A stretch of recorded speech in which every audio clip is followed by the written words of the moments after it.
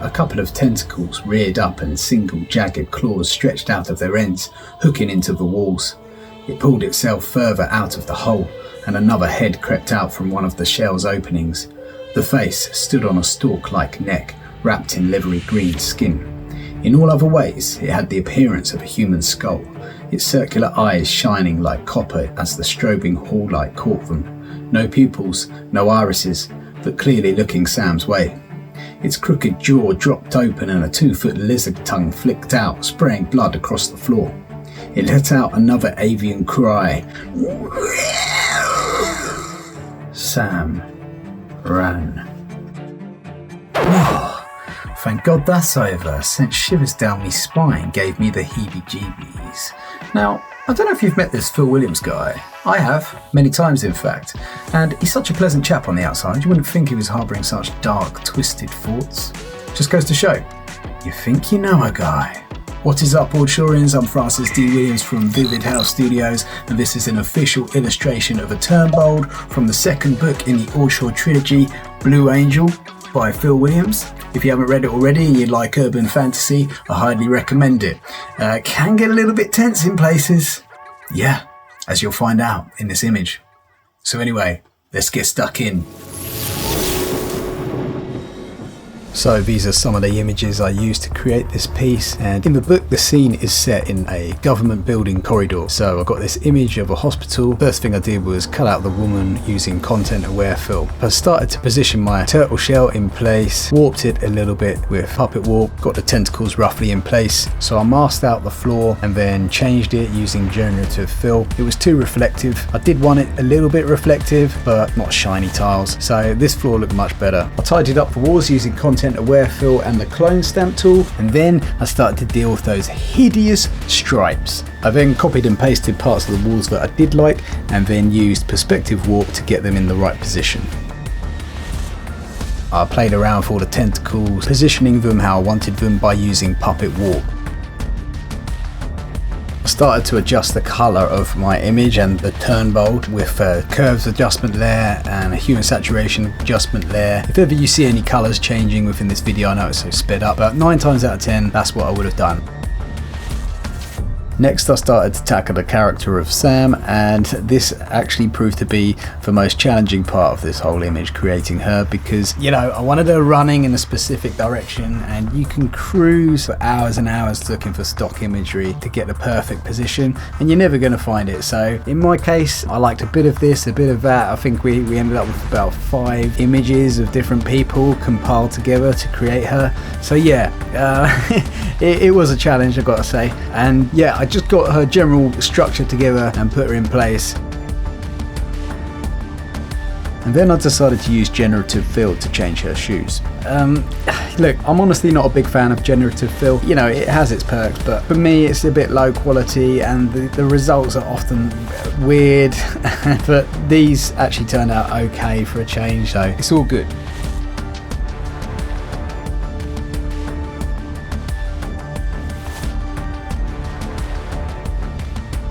I had to duplicate and blend part of the same image to get her torso, and then use clone stamp tool to fill in gaps, double up parts of the image to recreate bits that were missing, and created a new layer with colours taken from the jacket to fill in bits of the jacket. Just a lot of filling, colouring in and positioning all in the right place, and it started to come together okay.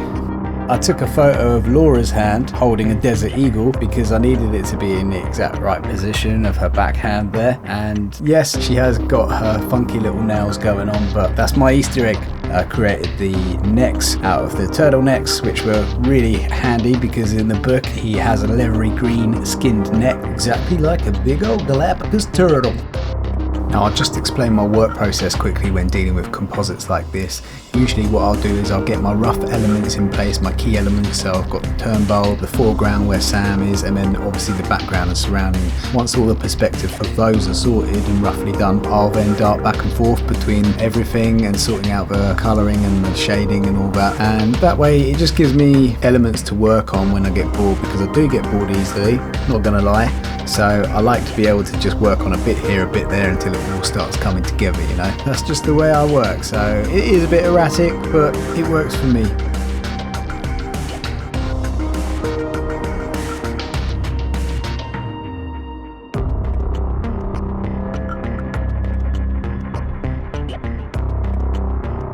grabbed this torn wallpaper image so I could create my tears in the wall and my cracks from where his claws are smashing up the wall.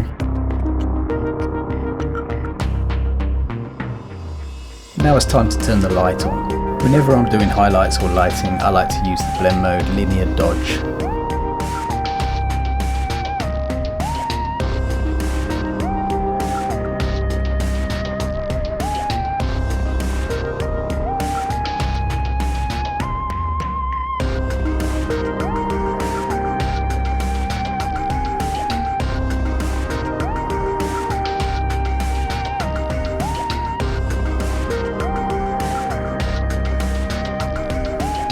I create my shadows by creating a solid layer and match the dark areas within the image, and then just start painting it back in with a low flow on the brush.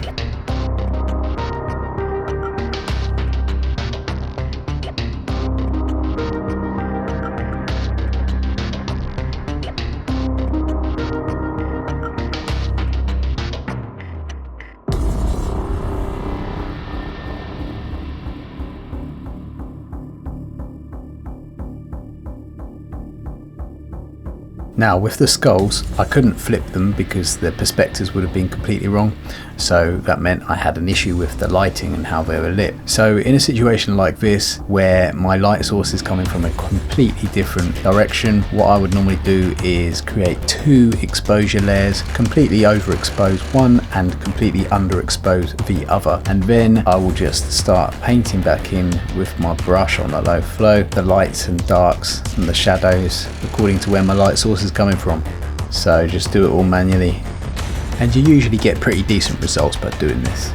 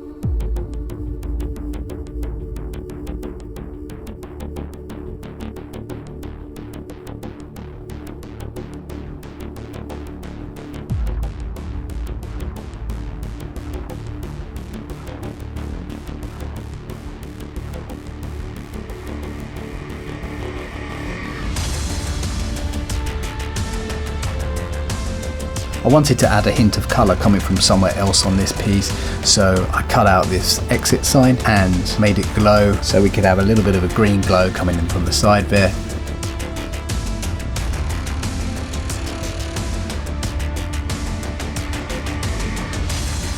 To create the glow, I just created a solid green layer and then just keyed it back in with my brush on the low flow and set the blend mode to linear dodge. I could then duplicate that solid layer and use it as highlights across the image on different components that the light would hit.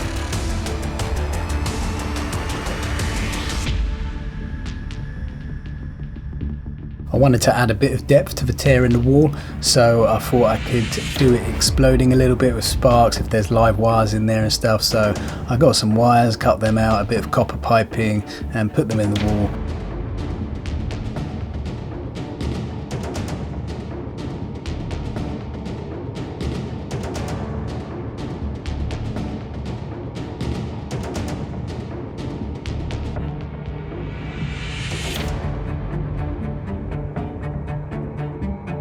Now to create some shadows, the way I do it is I'll create a new layer, create the general shape of the shadow you want. You can do that with a lasso tool, or I like to use the pen tool and then change the parts to it. And then I'll fill that layer in black, turn it into a smart filter, and then I'll go into my blur gallery and I use field blur. I'll set my points and then I'll adjust the percentage of the blur depending on how close it is to the subject. So the further away it is, the more I'll increase the percentage. Closer it is, I'll decrease it. And then finally I'll just get a large soft round brush at a very low flow and start painting it out the further away it gets from the subject and the light source, of course.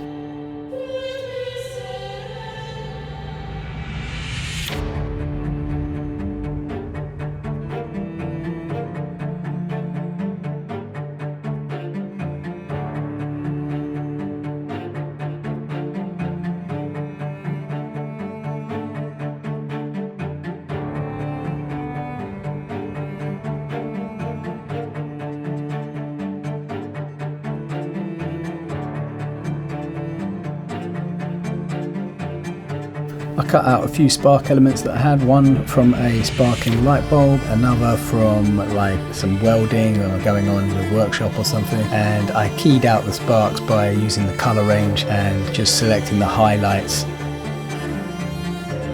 I added some smoke elements and just set the blend mode to multiply to take out the white and then merge them into the image. It also created a bit of depth from shadows in the crack, so it looked like there was a cavity in the wall.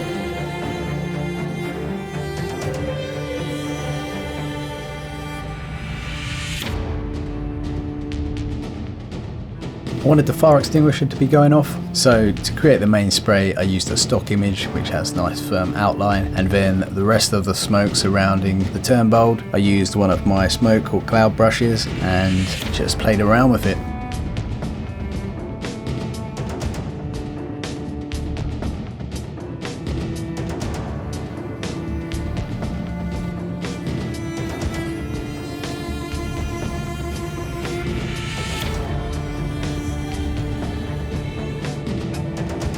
Created a bit of blood splatter with a splatter brush because it's quite a brutal scene, I'm not gonna lie, but luckily for you the smoke is hiding most of that brutality, so you're welcome.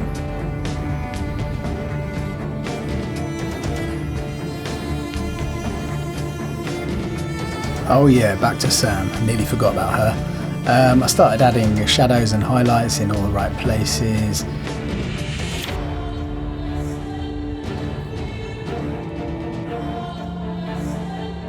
Sorted out her khaki feet, and then gave her her shadow.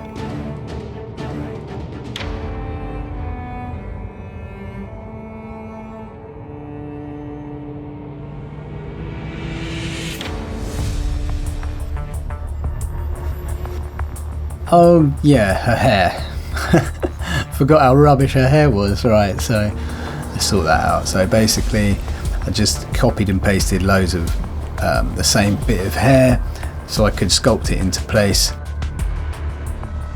removing some with a brush and then filling in all the highlights with a hairbrush.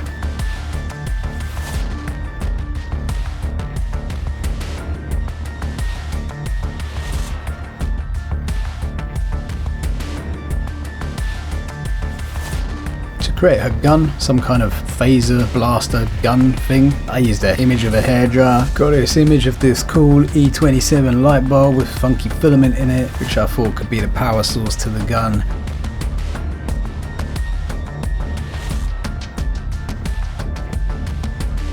Couple of nice little images of some cogs. Cut out some of the wires from before.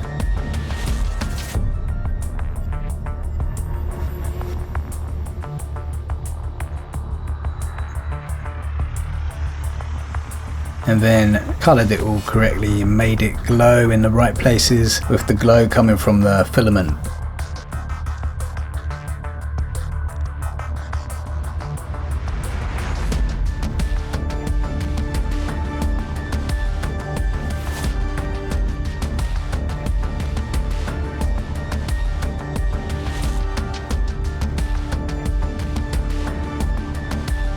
I then finished her off by turning her into a smart object and adding a motion blur to her. And finally, almost finally, I did the eyes. Again, just created a solid kind of orangey layer and then drew in the eyes. And lastly, I just copied and pasted another bit of tentacle to come around her and created a shadow for it so it looked like it was about to grab her.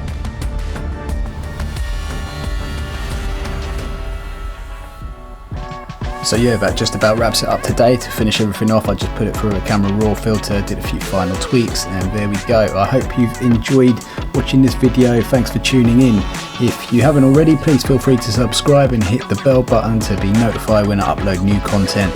It'd be much appreciated. Alright, peace out people, I'll see you later, bye.